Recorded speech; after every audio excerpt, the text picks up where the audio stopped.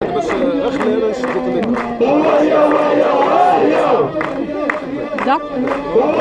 الله الرحمن الرحيم.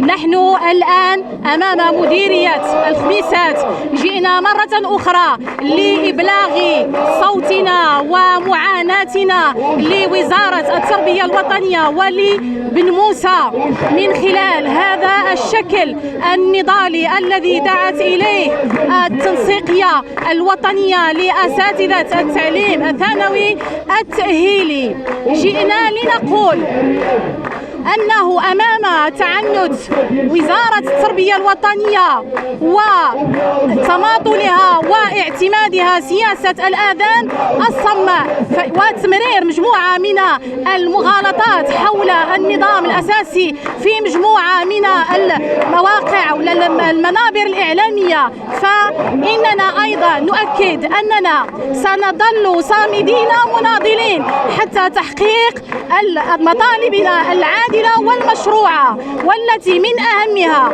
أولا تقديم اعتذار رسمي لجميع الشغيلة التعليمية، ثانيا إسقاط النظام الأساسي أو نظام المآسي الذي جاء ليكرس سياسة الإذلال والاستعباد وليجهز على ما تبقى من كرامة الأستاذ، ثالثا الإدماج الفوري للأساتذة المفروض عليهم التعاقد في أسلاك الوظيفة العمومية، رابعا الزيادة في الأجور وتفعيل الدرجة الاستثنائية وكذلك المساواة الأجرية.